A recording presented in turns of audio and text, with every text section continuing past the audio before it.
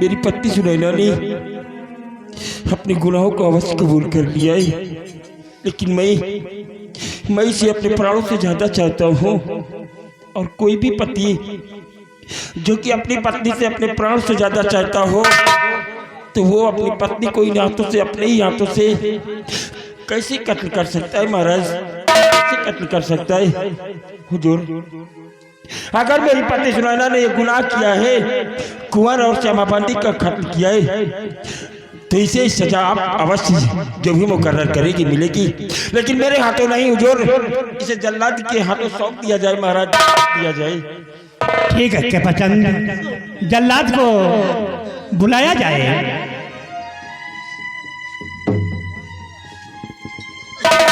कालू जल्लाद हाजिर हो।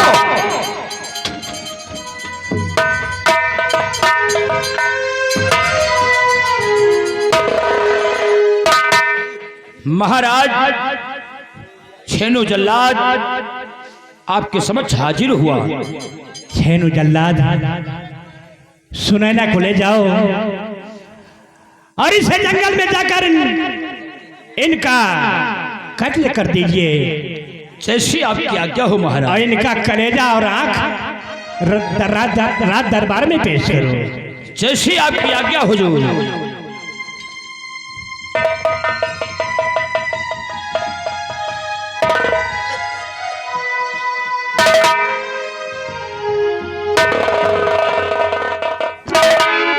हुजूर, जो कटारी आपने मेरे स्वामी जी को तोहफे के रूप में दिया, वो कटारी आज खूनी कटारी बन गई।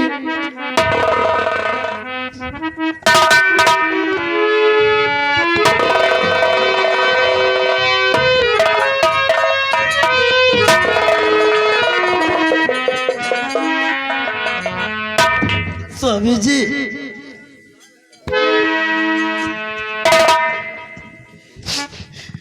मेरी गलती को माफ करना स्वामी जी। सुनैना, मैं जानता हूँ कि ये गुनाह तुम नहीं कर सकती हो,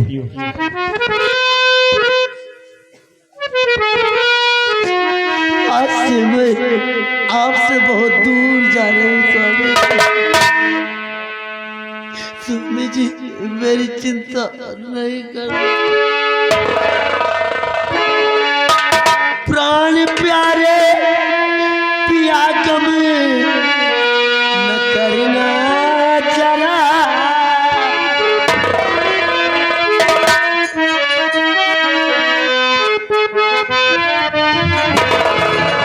प्राण प्यारे पिया गम न करना जरा, दुनिया से आपकी प्यारी है जा रही।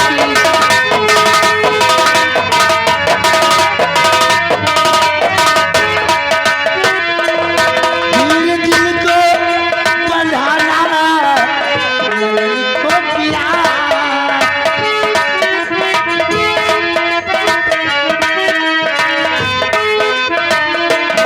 धीरे दिल को बंधाना दिल को पिया। आखिरी बार मैं पाऊं है तू रही।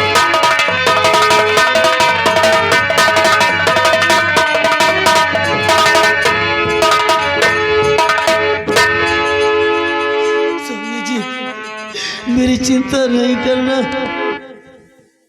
बेटे का दिल को धीर बनाना स्वामी जी। आज से आए आपकी प्यारी दुनिया से जा रहे हैं।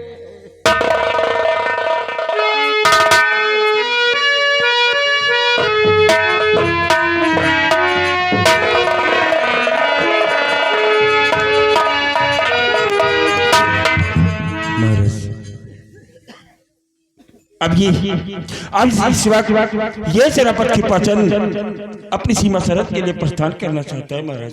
आप जा सकते हैं। हुजूर,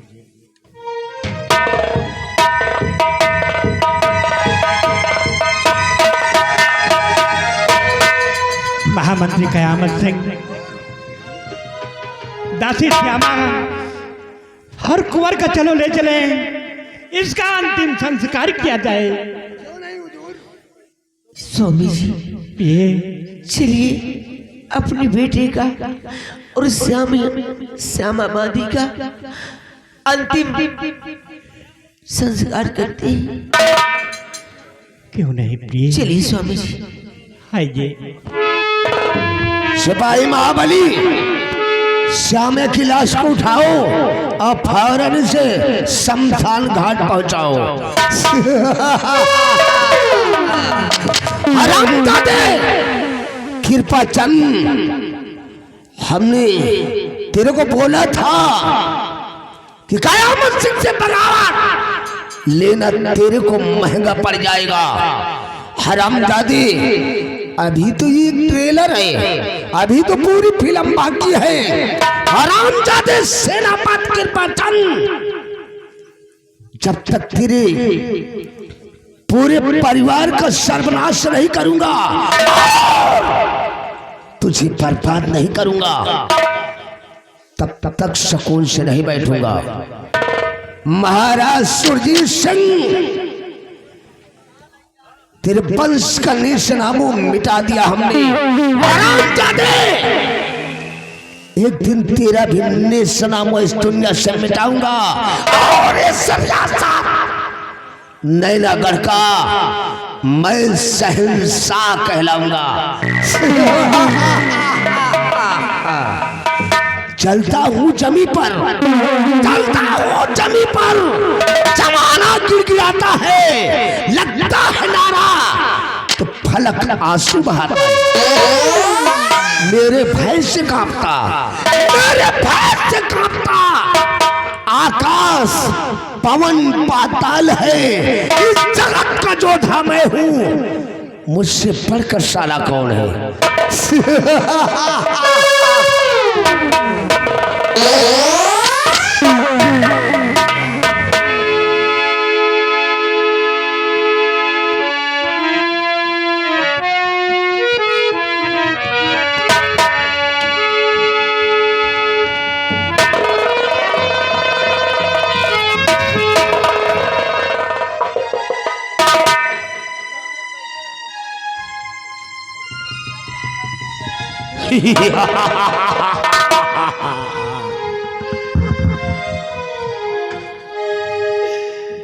जल्लाद भैया, महाराज के हुक्म से आप मुझे मारने गए। भगवान से मेरी इतनी प्रार्थना है कि मेरे स्वामी जी पर कोई आचर न पाए। सुनाई ना, महाराज का आदेश हुआ है, आदेश का पालन करना तो हमारा परम कर्तव्य है। आज तुम्हें मारकर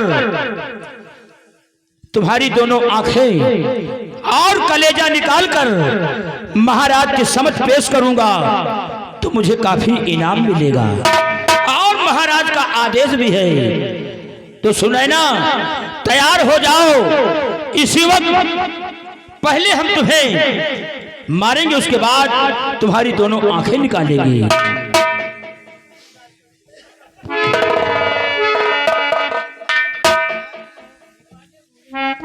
सुनाई ना, अब मरने के लिए तैयार हो जाओ।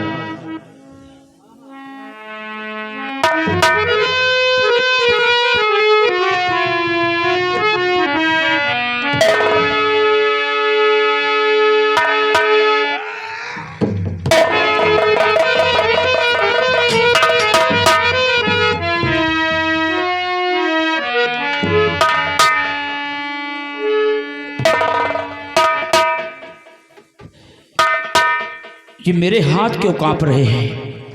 ये मेरे हाथ क्यों कांप रहे हैं? मेरे हाथ नहीं उठ रहे, लेकिन ऐसा कोई बात नहीं है। मैं फिर से प्रयास करता हूं। सुनाए ना,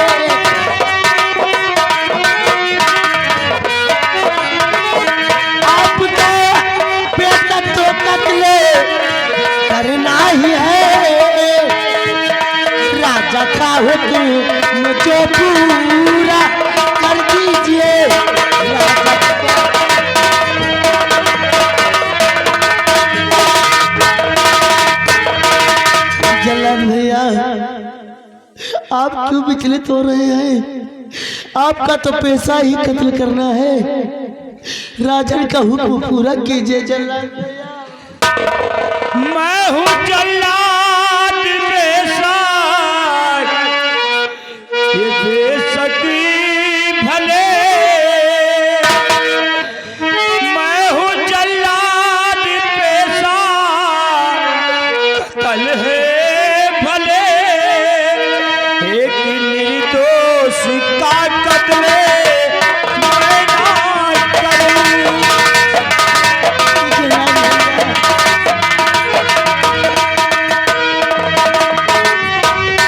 मारना चाहता जे घड़ी आपको,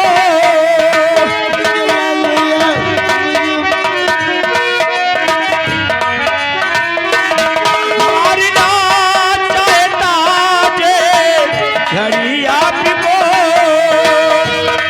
हाथ उठता नहीं काटे मेरा जिया।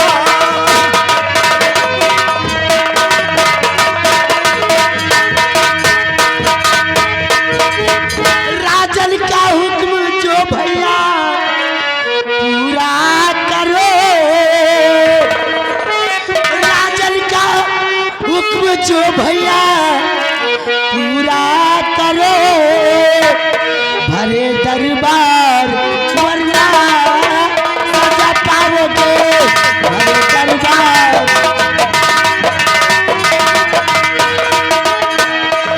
मारोगे गर नहीं तुम्हें मुझे इस कदर भैया।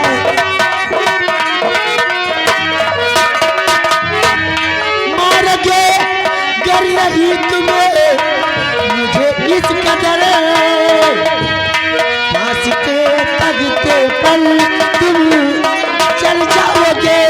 फांसी के तगते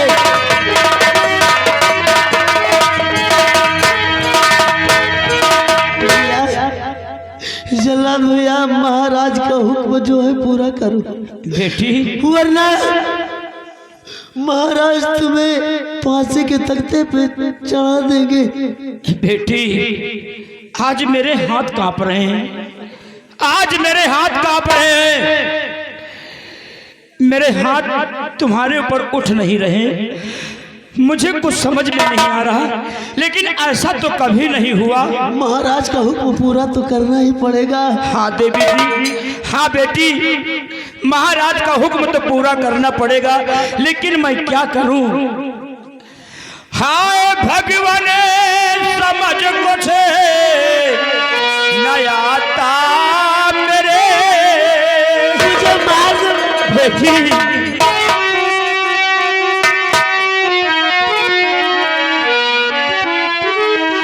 हाय भगवान समझ कुछ नया आता मेरे। एक निर्दोष का कत्ल मैं ना करूं।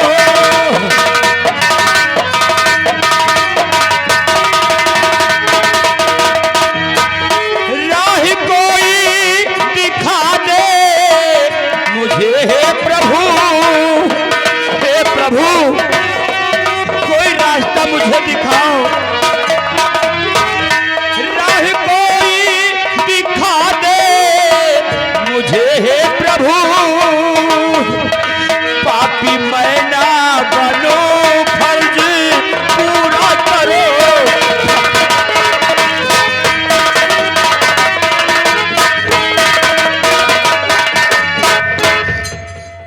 जनाब भैया बेटी, मेरी समझ में नहीं आ रहा, अगर मैं महाराज का हुक्म नहीं बजाऊंगा तो मुझे फांसी हो जाएगी।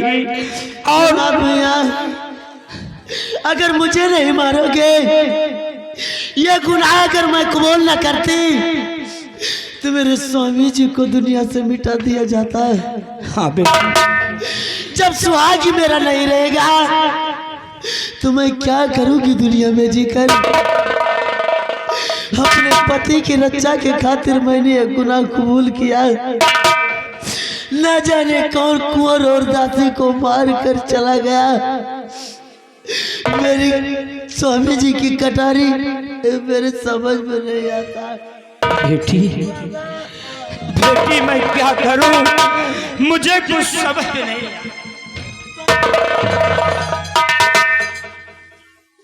मुझे मारने बेटा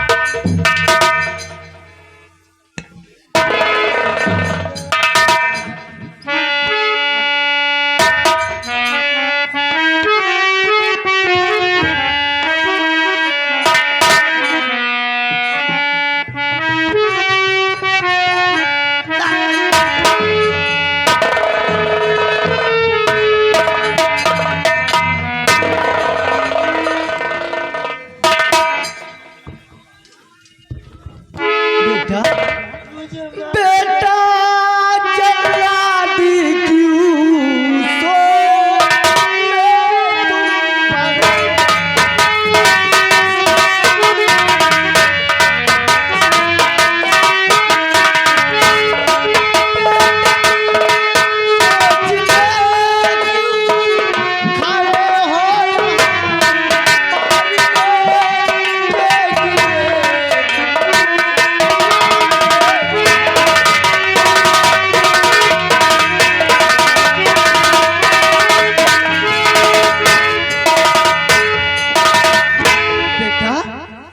अगर मेरी नजरें धोखा नहीं खा रही तो तुम जल्लाद चीनू हो बेटा। हाँ बाबा मैं ही हूँ जल्लाद छेनू। बेटा चीनू, क्या इसको मौत की सजा हुई है? हाँ बाबा इसको मौत की सजा मिली है। मारने के लिए यहाँ लाए हो बेटा? हाँ बाबा इसकी दोनों आंखें और कलेजा निकाल कर मुझे महाराज के पास ले जाना है। नहीं बेटा, ये तुम क्या कर रहे हो बेटा? इसे मारने वाला और बचाने वाला सिर्फ ऊपर वाला भगवान है बेटा। हाँ बाबा। तुम क्यों मार रहे हो बेटा? बाबा क्या करूं, कोई रास्ता दिखाओ बाबा, हमारी कुछ समझ में नहीं आ रहा। बेटा तुम यहाँ से जाओ बेटा, तुम यहाँ से जाओ। जो वो काली पहाड़ी के पीछे एक बिल्ली का मित्र मिलेगा बेटा। ये तो तुम्हारे बाएं हाथ का खेल है बेटा। तुम यहाँ से जाओ, इस बेटी को मेरे पास छोड़ दो बेटा। ठीक है बाबा, लेकिन इस बेचारी को आप इसकी सहायता करना बाबा। इसका रक्षा मैं कर। मैं इस बेटी को तुम्हारे हवाले सौंप रहा हूँ। ठीक है जाओ बेटा। और मेरी गलती को मुझे माफ कर देना बाबा। जाओ बेटा चीनू, तुम जाओ जाओ।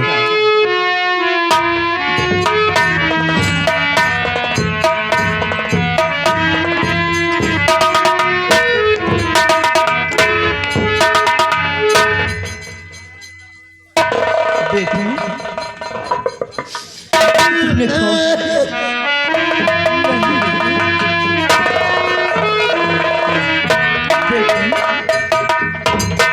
आप हमारे रहते रहते मत रोइए बेटी।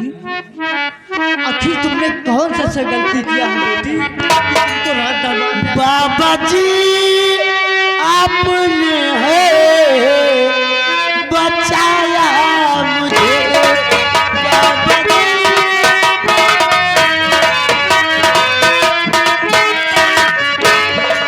बाबा जी आपने है बचाया मुझे।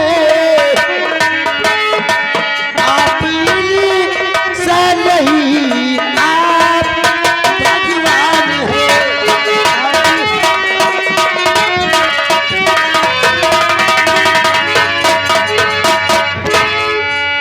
राजमहल में जा रही खुशियों में शामिल होने को न जाने कैसे हुआ जो कलंक लगा ये आपने बल सहारा बचाया।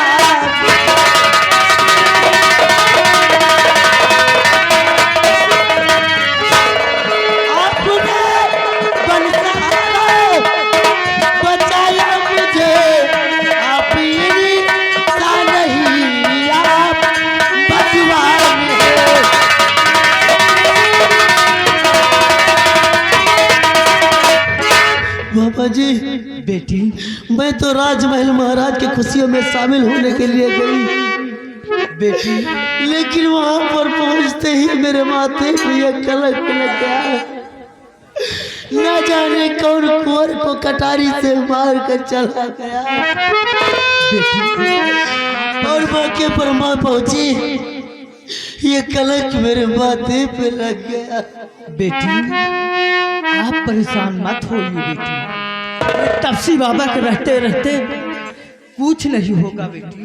बाबा जी, हाँ बेटी, मेरी आपसे एक प्रार्थना है, आप भगवान के भक्त हैं, हाँ बेटी, सिर्फ मेरे लिए इतनी फरियाद करना भगवान से कि मेरे स्वामी जी को मेरे बेटे पर कोई आँच ना लगे।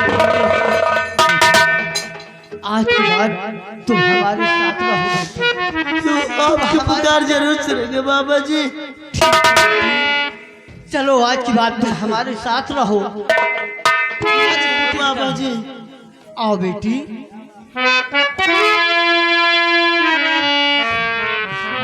इस भरी दुनिया में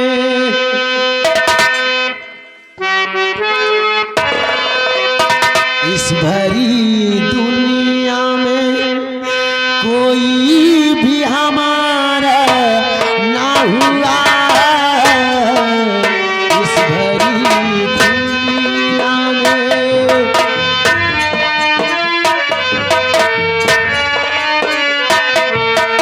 इस भरी दुनिया में कोई भी हमारा ना हुआ। इस भरी दुनिया में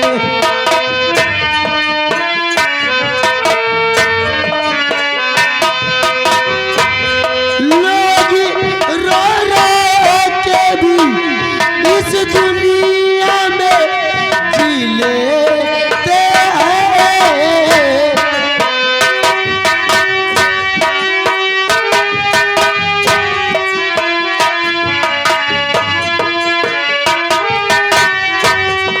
लोग रो रो के भी इस दुनिया में जी लेते हैं। एक हम है अपनों का सहारा ना हुआ।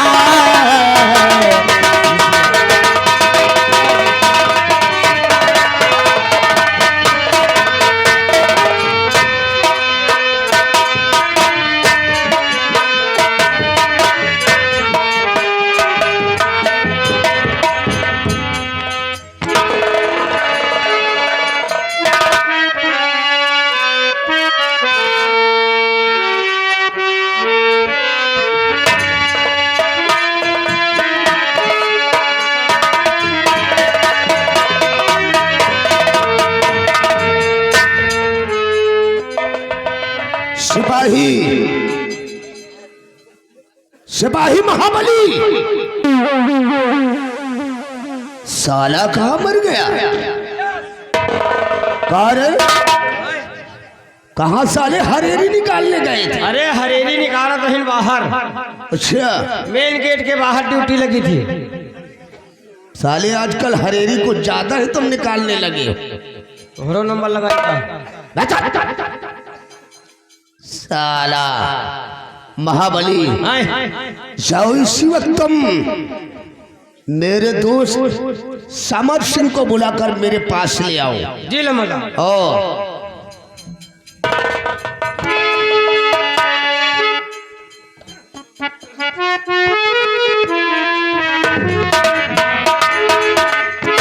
आओ आओ समर सिंह, तुम्हारा स्वागत है।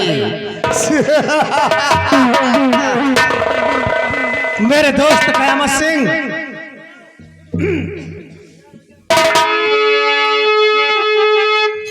तो दोस्त कयामत सिंह मुझे किए बहुत दिनों पे याद।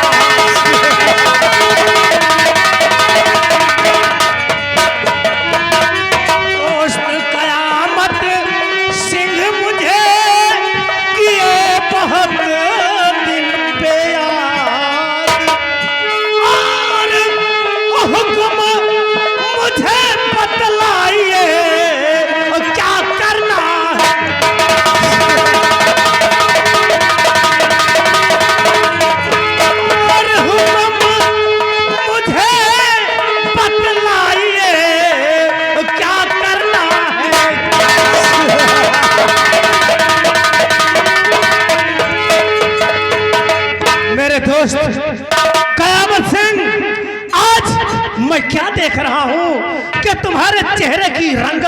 बिगड़ी हुई नजर आ रही है।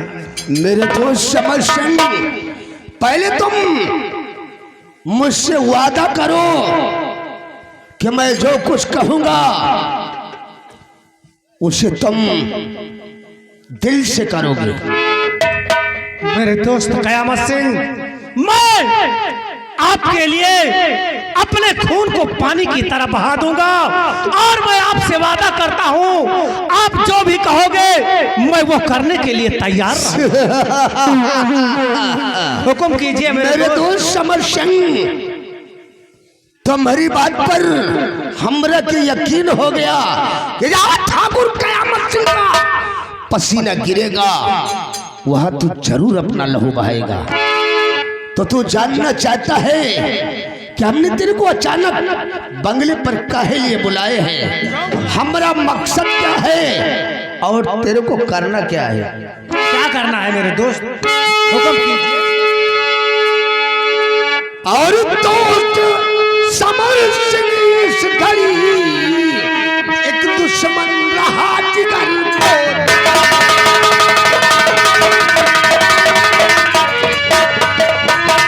कि दोस्त समर सिंह इस घड़ी एक दुश्मन रहा जिगर और कृपा चंद है बन गया मेरे सपनों का चंद।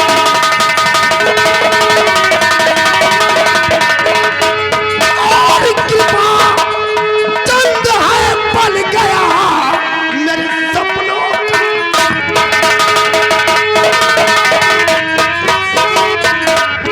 मेरे दोस्त ऐसे रास्ता नैनागढ़ का जो साला सेनापति कृपा चंद है वो मेरे सपनों की जंजीर बन चुका है।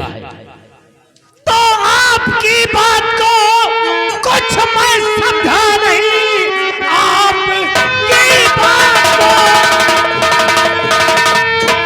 कुछ मैं समझा नहीं।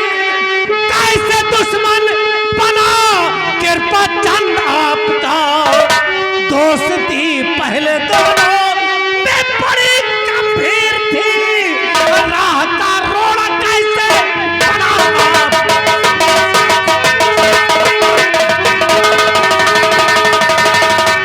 मेरे दोस्त कयामत सिंह, पहले तो तुम्हारी और सेनापति जी की बहुत तगड़ी दुश्मनी थी। मेरे दोस्त समर सिंह, ओ सतुरा कृपा चंद मेरी दोस्ती को ठुकरा कर मुझसे बगावत करने के लिए उतारू हो गया है कि कर रहा वो वफादारी महाराज की कर रहा कि कर रहा वो वफादारी महाराज की मेरे सपनों में पानी रहा फेर है चाल कोई बिछाओ मेरे दोस्त मन आपके घाट में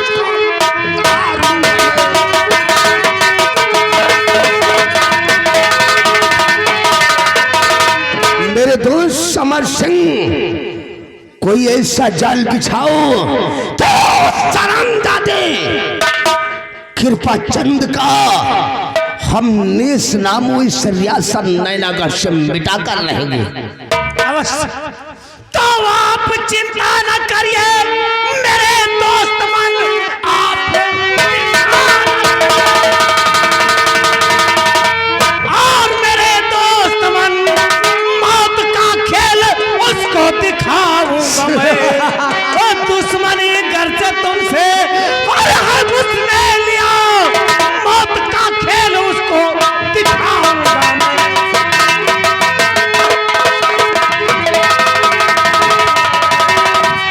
मेरे दोस्त कयामत सिंह, जिस तरह उसने तुम्हारी दोस्ती को ठुकरा कर तुमसे दुश्मनी मोल लिया है तो समझो उसने अपने हक में अच्छा नहीं किया है।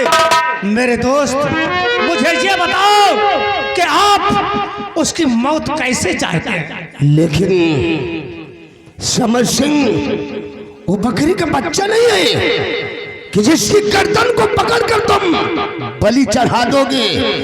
अरे वो सेना नायक है, जाबाज सिपाही है, इस तरह उससे नहीं पार पाओगे। इसलिए तरकीब मैं बताऊंगा, जरा गौर कर मेरी बात को सुनो।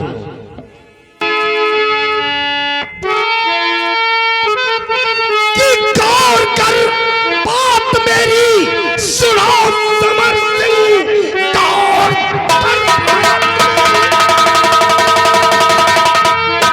कि गौर कर बात मेरी सुनो समर सिंह, उसकी पिस्टल को चाक कर बदल लाए, बोलना उसको महलों में रानी बुलाया उसे, मौत का जलजला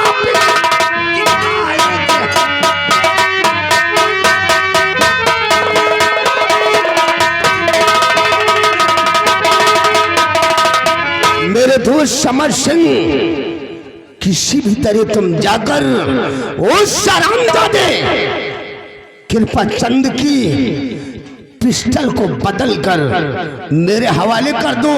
उसके बाद इस रियासत नैनागढ़ में हम जलजला खून का दिखाएंगे। घबराओ नहीं मेरे दोस्त कयामत सिंह, जहां ताकत नाकाम आए वहां दिमाग इस्तेमाल करना चाहिए। आपने ठीक कहा। अब मैं कोई चाल चल कर सबसे पहले सेनापति कृपा चंद की राइफल को बदल कर आपके कदमों में डाल दूंगा। थैंक यू मेरे दोस्त समर सिंह, अगर इतना काम तुम कर दोगे तो राज्य मंत्री ठाकुर कयामत सिंह तोहरा से वादा करता है कि एक दिन महाराज सुरजीत सिंह को मौत के घाट उतारकर इस नैनागढ़ रियासत के हम दोनों आधे आधे राज का वारिस कहलाए। अवश्य मेरे दोस्त, आप बेफिक्र रहिए, मैं इसी वक्त जा रहा हूँ। कोई ना कोई तरकीब निकाल कर कृपा चंद की पिस्तौल को कल सूर्य अस्त होने से पहले आपके कदमों में लाकर। Very good. जाओ मेरे दोस्त समर सिंह, तुम्हारे वापस आने का हमरा के इंतजार रहेगा। जाओ।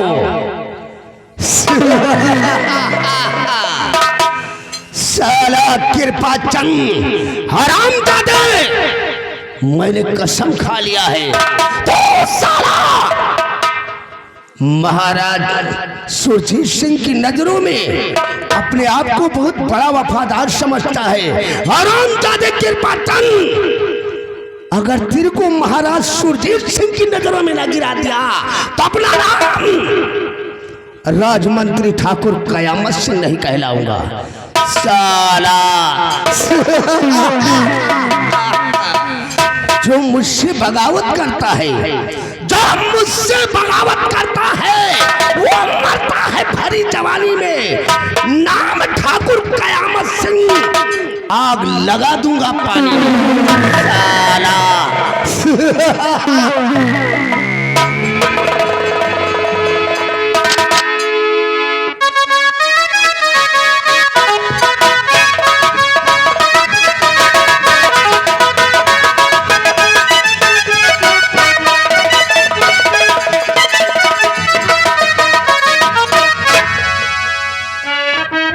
साला अब हम अपने साहब के आने का इंतजार करते हैं, बॉर्डर में ड्यूटी करते हैं। अब हम वहीं पे चल रहे ड्यूटी करेंगे और उनका इंतजार करेंगे।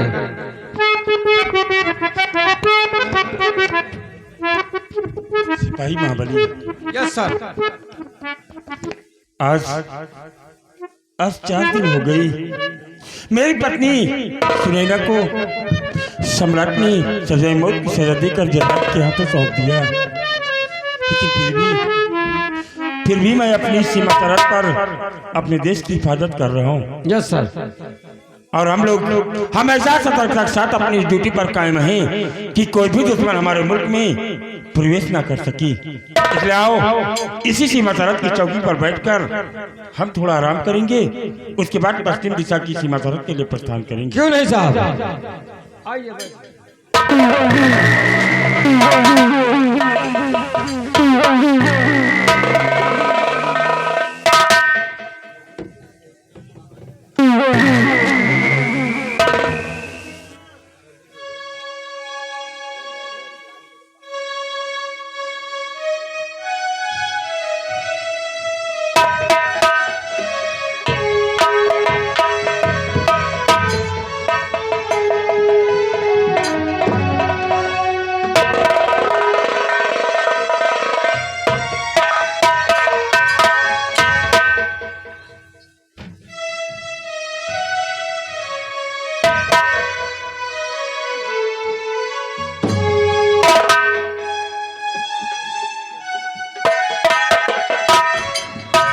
नमस्कार सर।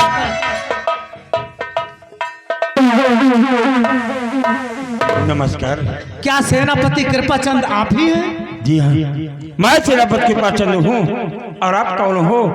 और नैनागढ़ राज्य की सीमा सरहद पर क्या कर रहे हो? सेनापति जी, मैं चंदनपुर का रहने वाला एक राज्य वैद्य हूँ। मैं अभी अभी राजमहल से आ रहा हूँ, क्योंकि महारानी जी की तबीयत बहुत ज्यादा खराब है। इसीलिए मैं उनके दवा के लिए दवा देने गया था, लेकिन वापस आते समय महारानी जी ने आपको एक संदेशा भिजवाया है। वैद्य जी, क्या कहा आपने? राजमाता की तबीयत खराब है? बहुत ज्यादा खराब है, इसलिए राजमाता ने आपको फौरन राजमहल में बुलाया है। ठीक है वैद्य जी, आपने अब राजमाता का संदेश उनकी इस नाचित गुलाम तक पहुंचा दिया है। और मैं जल्द ही राजमहल जाकर राजमाता से अवश्य मिलूंगा वैद्य जी। और यह सेनापति कृपाचंद आपके इस एहसान को कभी नहीं भूलेगा कि आपने राजमाता का संदेशा तक पहुंचाया है।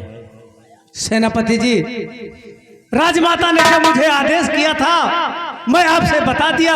अब मैं वापस चल रहा हूँ अपने। वैद्य जी प्रणाम। नमस्ते।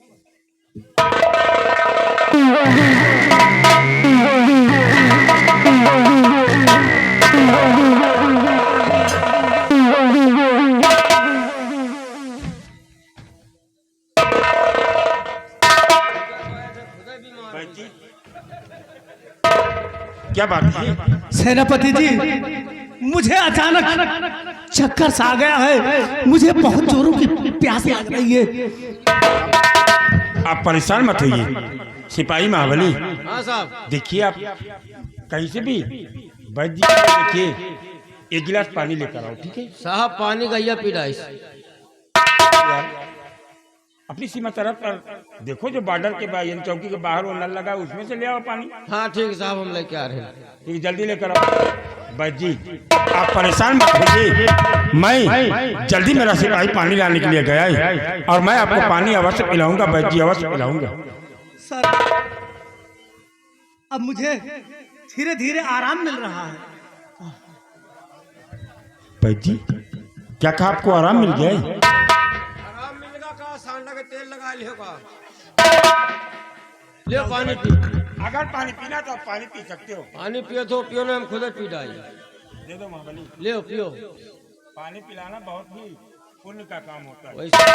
वैसे हम आए तो बैठ पानी नहीं पी। पानी पी ले हो। सेनापति जी, आप बहुत अच्छे इंसान हैं। आपने मुझे ऐसे मौके पर सहारा देकर मेरे प्राणों की रक्षा किया है। आप दोनों का मैं एहसान जिंदगी भर नहीं भूलूंगा। ठीक है वैद्य जी, आप अब अपने गांव की तरफ जाइए। ठीक है। और राजमाता ने मुझे याद किया, इसलिए मैं राजमहल के लिए प्रस्थान कर। आप राजमहल जाइए, भगवान आपकी हर मनोकामना पूरी करें। ठीक है सिपाही महाबली, अगर वैद्य जी से कोई दवा लेना चाहते हो तो ले सकते हो। वही दवाइन के चक्कर में इनका रोका। आओ वैद्य जी। बताओ बच्चा, क्या तकलीफ? कहे कहे के दवाई भी अच्छा था। बच्चा, हम हर मर्ज की दवा देते हैं। तुम्हें किस चीज की तकलीफ है? हमका तकलीफ यह है कि हम खाए ली तो हमरे भूख नहीं लागत, अच्छा, और सोए जाए तो हमका दिखात नहीं, और चले लागे तो गोड़ आगे पीछे हुआ था। बच्चा, ये कोई मर्ज नहीं है। हाँ अगर तुम खाना खा लोगे तो भूख नहीं लगेगी, अगर सो जाओगे तो तुम्हें दिखाई नहीं देगा। नहीं तो खाएगे तही भाई। दिखाएगा लेकिन सपना दिखाई देगा, और जब चलोगे तो पैर आगे पीछे नहीं होगा तो कैसे चलोगे? हाँ यह बात सही है, आगे पीछे न हो तो हम वही ठिया जमे रह। अच्छा यह बताओ वैद्य जी, जैसे मान लियो कि एक बीमारी हमें तगड़ी है। कौन सी बीमारी है बच्चा? बीमारी तगड़ी यह है वैद्य जी कि मान लियो कि हम खाए ली तो हमारा पेट एकदम फुल हो जाता। अच्छा, और हम चितवे लागे तो हमार पालका जो न ऊपर नीचे हो लागत है। तुम्हें तो बच्चा बहुत अजीब तरह की बीमारी लगी है, हैं? आप इनकी बीमारी का इलाज नहीं कर पाएंगे। नहीं दवाई हो तो दे दियो। नहीं, तुम्हारे मर्ज के लिए मेरे पास कोई दवा नहीं है। हमारे मर्ज क्यों नहीं दवा? ना, तुम्हारे पास मर्ज ही इतना खतरनाक है कि इसकी दवा मेरे पास नहीं है। अगर इनके अलावा भी कोई मर्ज हो तब हमें बताइए। जाओ फिर हम करा लिए बनते जो है दवा। ठीक है, हम चलते हैं, अपना ख्याल रखना बच्चा। हाँ चलो चलो। भाई महाबली, हाँ तुम्हारे जितने भी मर्ज हैं सबकी दवा बाबूजी के पास। बाबूजी? जी हाँ। बाबूजी के पास में नहीं ना। और अगर उनका कहना नहीं मानना चाहते हो तो मेरा कहना मानो। जैसे कि तुम्हें बीमारी है, तुम खाना खा लेते हो तो तुम्हें भूख नहीं लगती है। हाँ से आप खाना मत खाना। खाना न खाओ तो मर जाएगी। जब खाना खा लोगे तो बेटा भूख कहाँ से लगी? हाँ यह बात सही है।